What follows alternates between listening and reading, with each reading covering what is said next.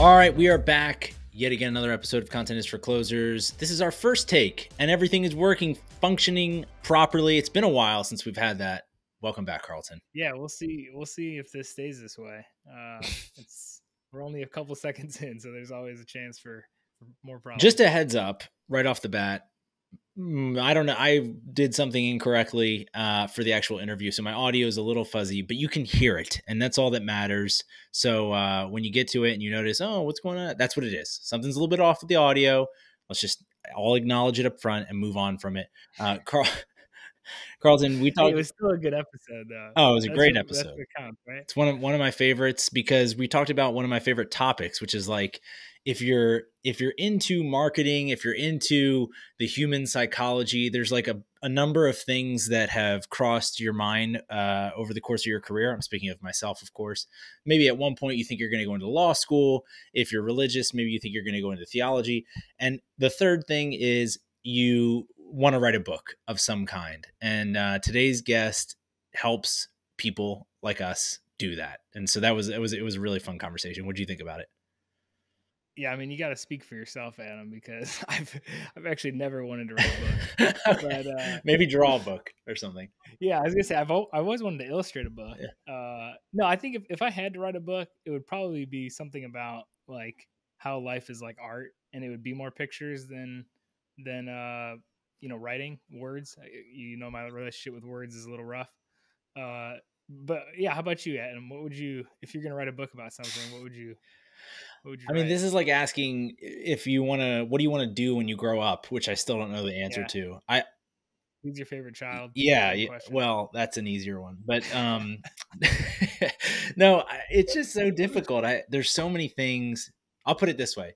If I knew what the topic was, I would have written a book already because I have a lot of energy and desire to do that. I think even just the lifestyle of reading and writing are probably my two favorite things to do in terms of like, work or that sort of thing. So, and even in hobby, like I read a lot. So yeah, I don't know. I wish I knew. maybe Ben could help me figure out what it is that I should write about, but it's definitely something that I have a lot of energy towards, and something that I think a lot of people do, but it's not always clear. And Ben talked about this, what your position is, what your area of expertise is, and how that relates to what you should write.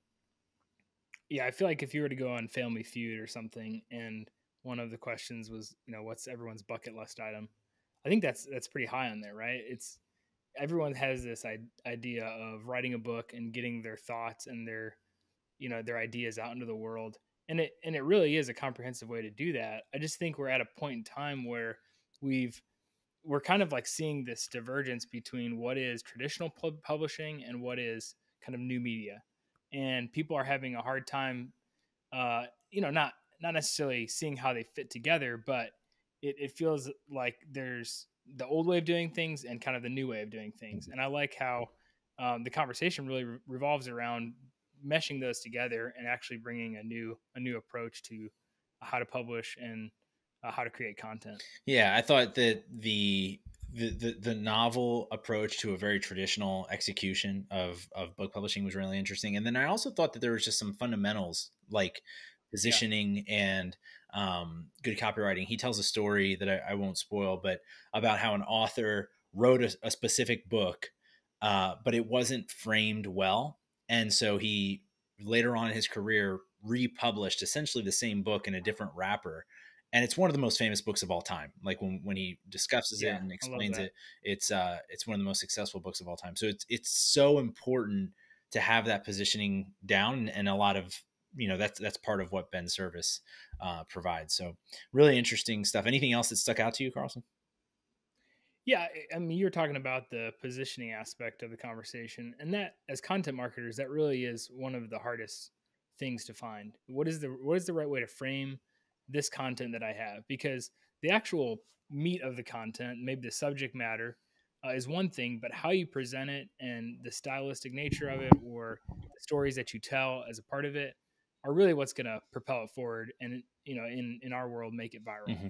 And so finding that balance of, yes, having the right things to say, but saying it in the right way and framing it in the right context is really what's going to make something successful in a world where there's so much content and so much noise. Yeah, and I'll just say this. If you're interested, if that's interesting to you, if you're like, yeah, I have something I want to talk about, or I think I have the itch to write a book, fast forward to the end because Ben gives a code.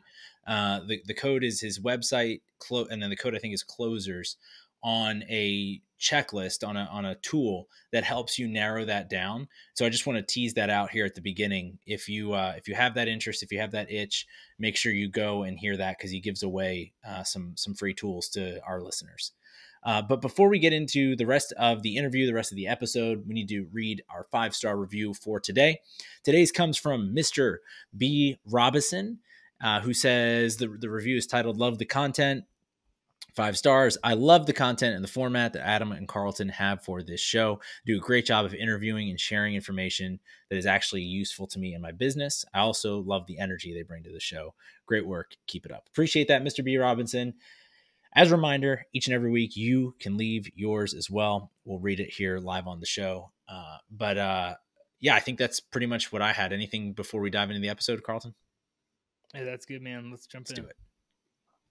On this episode, we're joined by Ben Putano, the founder of Damn Gravity Media and the author of Great Founders Write. Ben joins us to talk about why he believes books are making a comeback, how long-form storytelling gives founders a superpower, and how writing a persuasive title took one author's book from an unread failure to one of the best-selling books in history. If you're like me and you love to read, you love books, or you want to write a book one day, this episode is specifically for you. Let's get into it with Ben Putano from Damn Gravity Media. All right, we've got Ben Putano here on Content is for Closers. Ben is the CEO of Damn Gravity. Thanks for joining us, Ben. Hey, Adam, how are you? So excited to have you on. I need to pitch you something before we get rolling too much. If you'll entertain me, is that okay? Okay, yeah, let's hear it. So you're a book guy. You're a marketer. I don't know if they had this when you were in school. Did they have something where like if you read a certain amount of books, you would get to eat pizza? Oh yeah. Okay. Book in a bag. Mine was called Book It. What was yours? I think it was called Book in a Bag. We would literally have a Ziploc bag with a book in it, and that was like our evidence of finishing it. And then we would, if you finished enough at the end of the quarter or whatever, you got to join the pizza party. Yeah. Okay. So that sounds super similar. Mine was you had to read. I can't remember how many books it was, but it was like over the same time period, a quarter, and then you got to go to Pizza Hut and get like one free personal pan pizza, which was so much work for what you actually got, but it felt incredible. It sounds like you had a similar thing. How do we do we partner with a big chain and then sell this to companies for their employees? I don't know how we do it, but it feels like I need that back in my life. I love this idea. I was just thinking about, do you remember the Scholastic book fairs that you'd have in school? That was like it was like a book fair that set up in our gymnasium in elementary school. And it was like the best day of the year. Yes. And if you were lucky, you got a few bucks from your parents to go and buy a book. Yep. And I just loved every moment of it. I think there's a lot we could do with flipping that model on its head and treating adults who want to read more books like elementary school kids 100%. again. All right, we'll put a pin in it, but I think it's something we need to revisit and kind of put our heads together on. But it's fun because I love it. Everybody grows up, or a lot of us grew up reading a certain amount of books, or it was kind of an escape for a lot of us, and a way that we got to enter all these different worlds. So naturally, some of us wanted to eventually write books or become the people who were behind actually all the creations that we enjoyed so much. And you have such an interesting background because you come from, like so many in our audience, a marketing, advertising background, and have now made this transition to where you are writing books for yourself and for others. And so I kind of just wanted to get into that and hear how you're living so many of our 7-year-old to 15-year-old dream. Yeah, I feel like I'm living my 10-year-old self's dream as well. So That's I awesome. feel pretty lucky. It's not a big business yet. We're about a year old. We've published one book. We have two more on the way this year. But What's the book that you published? It's called Stop Asking Questions by Andrew Warner. It's a book about having great conversations, high impact conversations, specifically for podcasters. Mm-hmm. So it was really fun working with Andrew. But anyway, I've had a sort of a crazy journey to get here. I've sold insurance. I was a traveling consultant for my undergraduate fraternity. I worked in specialty coffee, and then I became a freelance writer. But that was sort of like coming back to where I started. I grew up loving to read and loving to write, like so many of us. And when I needed to start making money again, I just instinctively turned to writing. That evolved into a solo content marketing agency where myself and some freelance writers would create blog posts, white papers, sometimes customer positioning documents, websites, things like that for tech companies. And I really liked it. I learned how to create content and really embody someone else's voice, which I think serves me well now. But it was about a year and a half ago, I was considering what was next for me. And I was actually reading a book when I had this revelation. In the book, the main character gets everything he wants in his life. He's a multi billionaire. He should be incredibly happy, but he finds himself miserable. No friends, living alone in a mansion. And it was like middle of the night, I was reading this book, and it just hit me like a ton of bricks. If I built this agency to be bigger than myself, and at the time I had plans to do that, I was scheming, figuring out how to grow that agency. If I did that, would I be happy? And the immediate answer was no. It was unequivocal. I did not want to build an agency. So following that, I had a brief moment of dread because there goes my life plan. But then another question popped up in my head, which was, if I could do anything, what would it be? And my mind immediately went to writing and creating books. So literally the next day, I started mapping out my first book, which is coming up this summer. And I just went for it. I mean, I was lucky enough to be in the content industry already, so I had some frameworks to work from. Now, writing a book is way more different than writing blog posts, way different than I even expected. But at least I had a step in the right direction. And then about a month into that process, I was learning about the publishing business. I was considering, working through a traditional publisher, and I just realized how backwards the whole industry felt to me as an entrepreneur, which is when I decided I wasn't just going to write books, I was going to become a publisher as well and help other entrepreneurs and business leaders and creatives write books and become authors. So the transition process lasted like 6 months for that time period. I was writing my own book. I was pitching other authors to bring them on, and I was still servicing my content marketing clients. But by summer of 2021, I was able to make the leap, make the transition to working on books full time. That's awesome. There's a few things that I think resonate with your story, and anyone who's worked in advertising knows there's this constant tension, right? Because you're flexing your creativity, you're working in the industry that allows you to do that, but at the same time, you're not always expressing your own opinion, your own thought, your own creativity. Even you're helping someone else express theirs. Where writing, has this. We have this picture of writing. We're able to just fully express it. So I want to get into a little bit of that, but following up on a few things you said there. First of all, do you mind saying what the book was? The Midnight Book? Yeah, it's what was it? Ready Player 2, not Ready Player 1. Oh, yeah. Ready Player 1 is one of my favorite books. Ready Player 2 was not as good, but it gave me a life-changing revelation, so I guess that counts for something. I'd say so. Okay, that's awesome. I've read Ready Player 1, listened to the beginning of Ready Player 2, and I hope I didn't ruin it for you then. No, it lost my interest. So now I'll have a reason to go back and get back into it.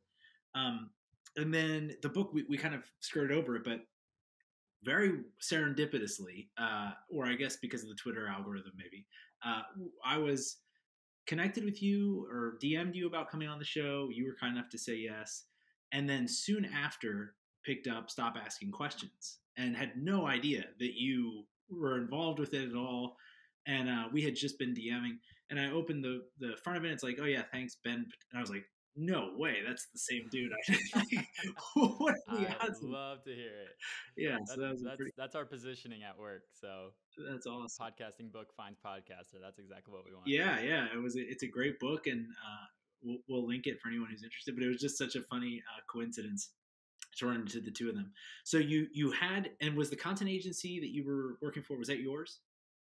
Yes. Okay, so you Yep. had And there was a that. brief time I'd like teamed up with somebody else. We were gonna build a larger like HubSpot agency. When that fizzled out, that's when I really started questioning like, what am I going to do next? And decided on the book path. Got it. And so I guess that's my next question then. Like what from a marketer's point of view or from a founder's point of view, what was the trigger that you saw um, that led you to think that operators could benefit from either writing a book or having a book written on their behalf? And how did that process start to flesh itself out? Yeah, that's a good question. Well, clearly, maybe this is just from personal experience, or we hear people talking about it all the time. There's no lack of supply for authors. Basically, everybody who has good ideas at some point wants to be an author. Maybe this is in a lot of this. Maybe it was just scratching my own itch because writing a book was always on my bucket list. When it came to specifically helping entrepreneurs do it, one, this was my area of expertise as an entrepreneur. Working with entrepreneurs, I understood that they didn't have a lot of time on their hands, but they needed to create content to grow their personal brand and grow their company brand.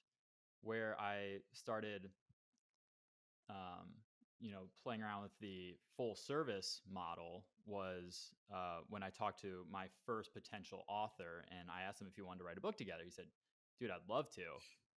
I have no time to do this." Mm. And he wasn't a writer either. So being a writer, it was pretty natural for me to say, well, let's do it. I'll write it for you. And we worked on that book for like 6 months. We ended up parting ways on the project. But what we found during that was, even though we never even published a book, the process of going through thinking about what this 40,000, 50,000 word manuscript is going to look like took him so much deeper into his own work. He actually ended up pivoting his entire agency from the revelations he had from writing his book. Wow. So that was a really big insight for me. Yes, my whole business is built around selling books. But if we sold 0 books, the process of going through writing a book makes you such a better professional. You have to, if you think you know your industry now, try to write 50,000 words on it and keep someone interested the whole time. Yeah. That's when you know that you really understand your domain. So let's get into that. How does somebody start to think about writing a book? What are the process that they should be considering, or if they think it's a good idea, what's the validation process for that? Yeah, that's a great question. I am a firm believer in just starting to write, not writing your book, but just writing in public. So writing on Twitter, on LinkedIn, building an email newsletter. There's countless really famous authors who've taken this path. James Clear, most recently, had he wrote for like 6 years before the launch of his book Atomic Habits. He built a massive email audience to support it. So if you think you at one point might want to write a book, just start writing, because I was actually just listening to a podcast with James the other day, and he made the great point that it takes time to figure out 2 things. One, what people want to hear you talk about or write about, because you have a lot of interest, right? But what is going to resonate with your audience specifically? For him, he was interested in not just building habits, but like fitness and health and psychology and all these other things. And it happened to be habits that really resonated with his audience. So just starting to write will help you figure out what your audience is interested in. And then 2, you figure out your voice, how you talk, what a Ben Putano book sounds like, or what an Adam Vasquez book sounds like. And that's really important. And you can't get that quickly, honestly. So that's step 1. Just start writing something. When you feel like you have your voice and a topic that resonates with your audience, I want you to pause, because just because you have a great idea does not mean it's going to translate into a great book. Because frankly, there are a lot of great ideas that are turned into books. Many of them are really, really good, but nobody's ever heard of them. The problem isn't having a great idea. The problem is what is going to make your target audience pick that book up. And it all comes down to positioning. Books are products at the end of the day. We buy them and sell them. They literally sit on shelves like products, yet so many people think of them like art. And if you treat your book like art, your customers are going to treat your book like art too, in that they're going to stop for a second, kind of tilt their head in confusion, maybe nod, and then walk on. That's a great analogy. I love that, looking at it. And there's zero transaction happening. Yeah. So yeah, if you want to be a wallflower, go for it. But if you want to write a book that sells, you need to think about your book as a product, and that means thinking about positioning.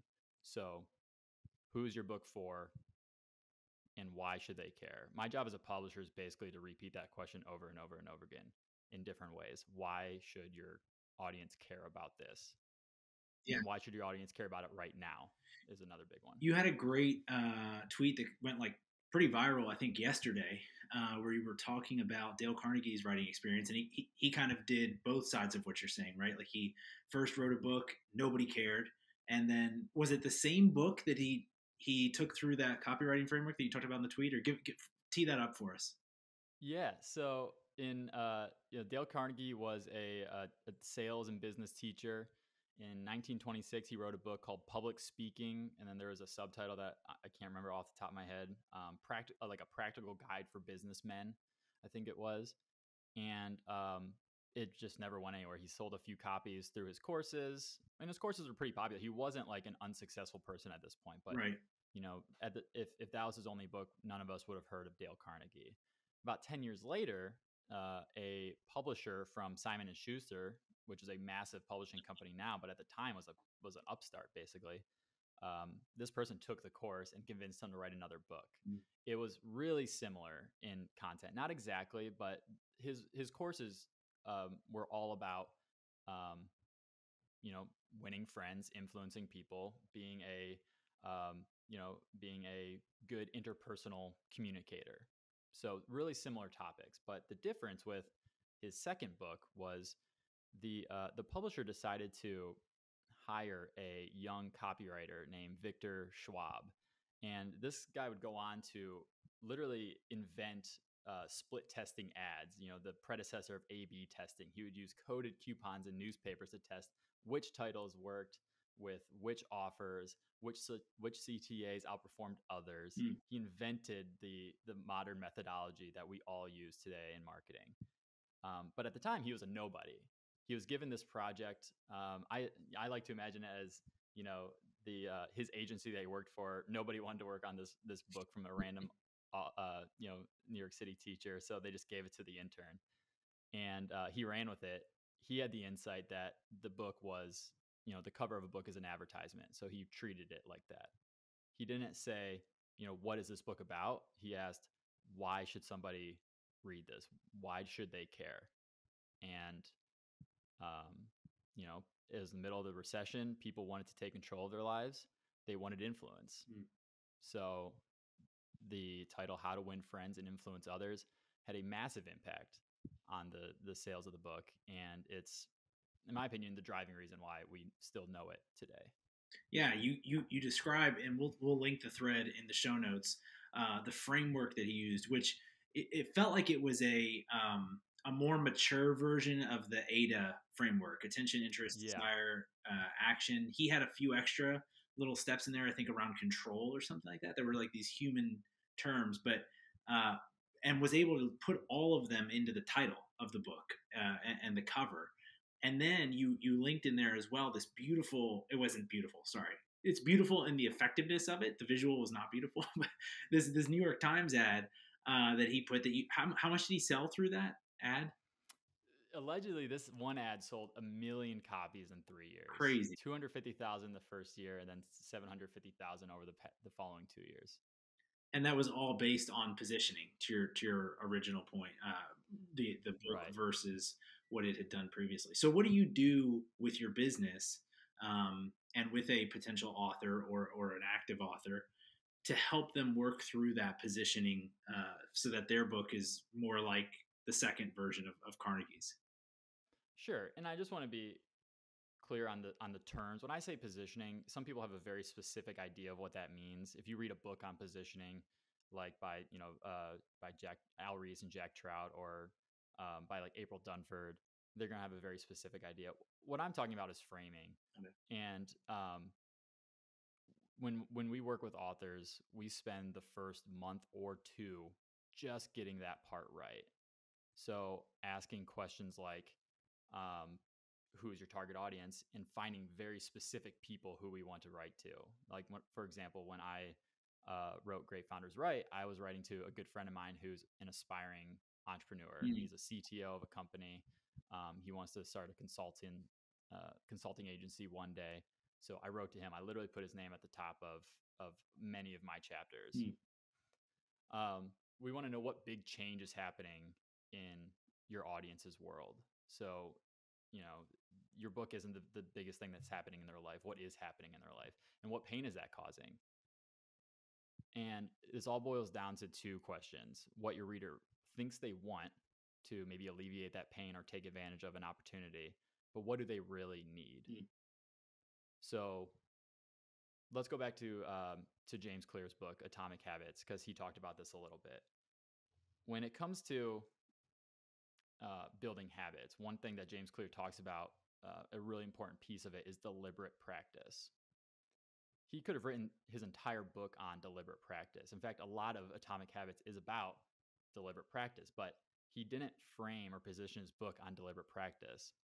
He positioned it on habit building. Mm-hmm. Why? Because people, just because of our,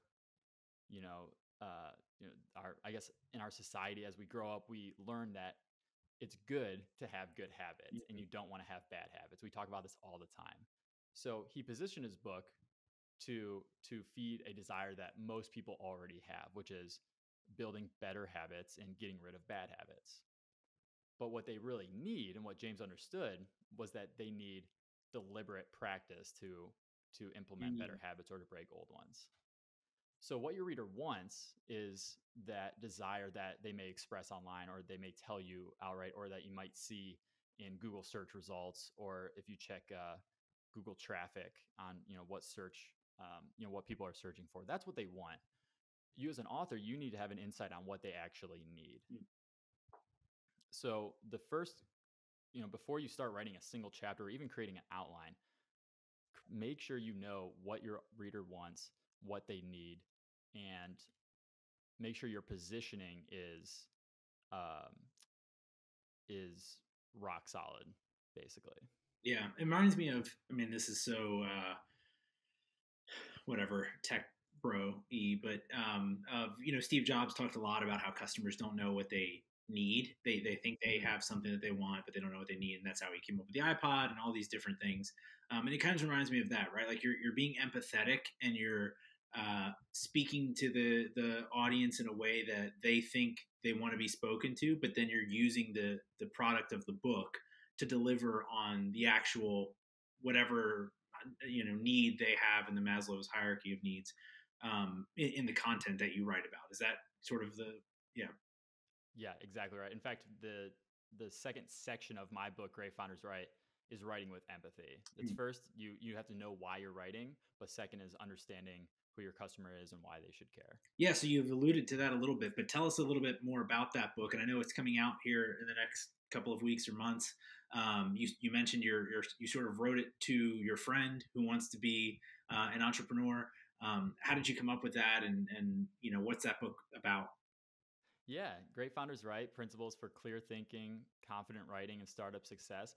As a content marketer for startups, I had a front row seat at the power of clear communication in the inevitable, or in the eventual success of companies. It was external communication, which is communicating, talking with your customers on the marketing level, on the brand level, on the sales level, and then it's internal communication as well. Brene Brown has a great quote. She says, "Clear is kind." And I think that's a fantastic pillar of management. You can either create chaos as a manager or as a founder, through vague, infrequent, or sometimes too frequent communication, or conflicting communication, or you can calm the chaos by being very clear, simple, direct. And my book tries to be a primer for founders to solve both problems: communicating externally with potential customers and investors, and audiences as they're trying to build their own personal brand, and then also how to communicate internally. Cool. How do people? When does that come out, and how do people get that? Yeah, it comes out in early August. You can go to greatfounderswrite.com, and you can actually read a free chapter right now. It's a really cool story about how Jeff Bezos used um, he used this thing I call just beginning with the end in mind, where he used really clear communication to keep people's focus on the end goal, while basically Amazon just burned cash for the first decade of their career, Yeah. of their existence. So when you talk about book writing, how would you say that the outcome is? So okay, so let me give you the example with podcasting. So we produce podcasts for people, and a lot of times we'll talk, especially if it's B2B, tech, SaaS, whatever. We'll talk to them more about the process of producing a podcast, more so than the outcome. So like if you produce a podcast, like you said, you have to have clear thinking. You're going to make great connections. Like you're going to build all these relationships and co-create all those things. But the outcome might not be being new and noteworthy or whatever. Is that a similar thing with, like, I would assume your all of your authors won't end up on the New York Times bestseller list, although they may. But how do you explain that to people who are thinking through it? Yeah, I think of books like any other form of media, whether that's podcast or a blog or a newsletter. You can be really big. It's media has always been a finicky industry when it comes to profitability. You can look at BuzzFeed, that I think their recent valuation's like $300 million, dropping basically 10x from their peak a few years ago. It's really tough to build a media company, but having a media arm of your personal brand or your business is a huge form of leverage. Mm. Now, a lot of people treat books like an expensive business card. I don't see it like that. I don't see it as a cost center. I think books can be very profitable, but it's all about how you approach it. One thing that I urge every aspiring author to do is to think about how you're going to take all this effort you are going to put into creating a book and expand that IP into other products and services. So with Andrew Warner's book, for example, Stop Asking Questions, we created a premium version of that book that includes audio clips from his podcast and a podcasting course, a 3-hour video course, infographics, and this really beautiful online reading experience. We partnered up with another publisher called Holloway. So we teamed up with this. It's the same content, but we expanded it, and we raised the price, and that became our most profitable product out of this whole project. Cool. So you can do this in a lot of ways. You could you can couple coaching sessions. You can create other products or courses. The most traditional route is turning your book into a keynote speech. There's a lot of things you can do with a book. One thing I love about books, similar with podcasts, is that it if it's good, it gives you a lot of authority in your space, and you can do a lot of really cool things when you get into the room with the right people. And books and podcasts, they tend to do that for you. I love it. Living the dream that we all had as younger people. Well, Ben, I really appreciate you spending time with us. I have just 2 questions to wrap. The first I ask everyone is just, what has you excited, trend-wise, content-wise? What's in the world that you're looking at and you're like, man, as a creator, that has me amped up right now? Sure. Okay. So this isn't a trend. I actually just checked the trend lines, and I think I'm either behind on this or way too far ahead, because Okay. it's trending in the opposite direction right now. But I'm a really big believer in slow, intentional content. I don't know about you, but if I spend too long on social media, whether that's Twitter or LinkedIn, I love those things, TikTok, if I spend too much time on them, my brain feels absolutely fried. Yeah. And I don't like feeling like that. I feel less creative, less focused, less driven when I live in that constant frenetic state of taking in. I call it like junk food content a lot of times. We just consume, consume, consume, consume, consume. And it's not really, very nutritious for us. Mhm. I believe slow, intentional content at some point will make a comeback, and that includes. Are you still there? Okay, well, I'm just going to keep talking. So, slow, intentional content is going to make a comeback. That includes books. Hey, man, sorry about that. Hey, no worries. I was just keep continuing to talk. I wasn't sure what was about to happen. Yeah, I have no idea. That's never happened before. Okay, it says that it's uploading, so. Yeah, I guess I should have just kept talking. That's the nice thing about Riverside. It records on both ends. Yeah. Anyway, you just pick up. Sorry about that. Yeah, no worries. So, I'll just pick it up from the top. So I don't know if this is a trend or not. Actually, I think it's trending in the opposite direction right now. People are reading fewer books than ever before at the moment. But I firmly believe in the future of slow, intentional content. Mhm. When we spend too much time on social media, at least for me, when I spend too much time on social media, I just feel completely fried, and I feel anxious. I feel, I feel like I'm living in a hurricane almost. It's just, chaos in my brain, and it's almost like eating too much junk food. I call it like junk food content. We just consume, consume, consume, and it's not very nutritious for us. Uh, at some point, we're going to pick up on how bad junk food content is for us and make a big shift back to slow and intentional content, long form content, books being one of them, podcasts being another. Even email newsletters are better for our brains, and I think uh, more beneficial than social media because they have an end. There isn't the infinite scroll that will keep you stuck for hours on end. When you read a newsletter, if it's over, you close it and you go on to your next thing. So I don't know when the world's going to catch up. I'm going to do my best to create great books to get people off constant social media scrolling, but slow intentional content is where I would love to see the puck go at some point. I love it. I'm all in for that. I don't know if that's I feel like we may be out on there on an island on our own if we, in terms of trends.